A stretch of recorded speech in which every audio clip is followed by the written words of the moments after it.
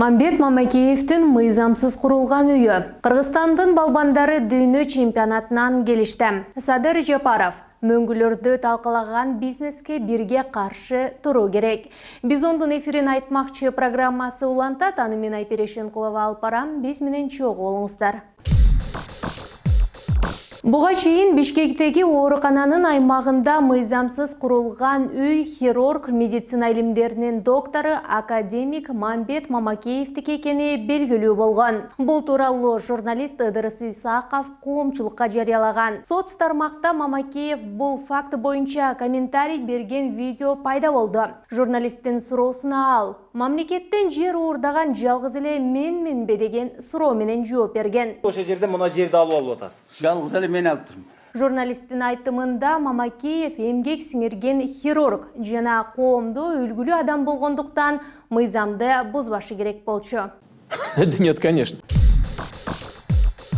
Кыргызстандын эркин жана грек-рим күрөшү боюнча дүйнө чемпионатына катышкан курама команда Бишкекке келди.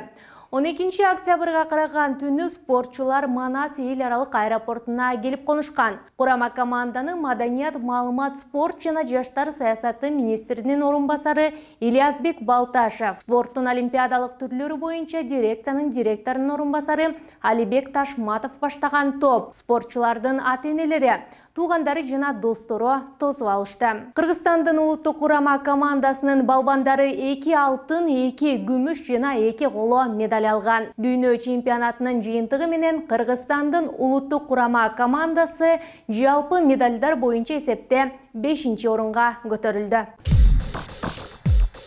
Президент Садыр Жапаров эл аралык коомчулукту мөңгүлөрдү талкалаган бизнес ишмердүүлүккө биргелешип каршы турууга чакырды. Бул тууралуу ал бүгүн 12 октябрда Бириккен Улуттар уюму алдында уюшулган биологиялык ар түрдүүлүк жөнүндөгү конвенциянын мүчөлөрүнүн 5-кеңешмесиндеги видео кайрылуусунда айтты.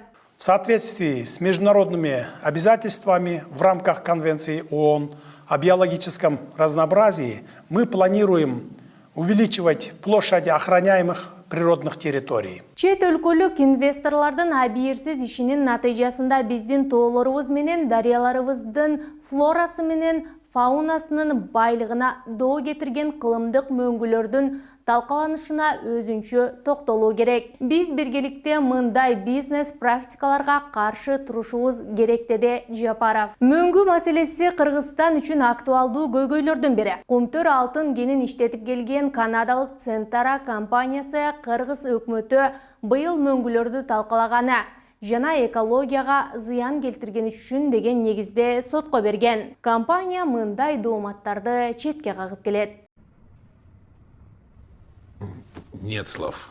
Акыркы жаңылыктарды биздин социалдык тармактардагы баракчаларыбыздан жана YouTube каналыбыздан көрө аласыздар. Кайрадан эфир аркылуу амандашканча.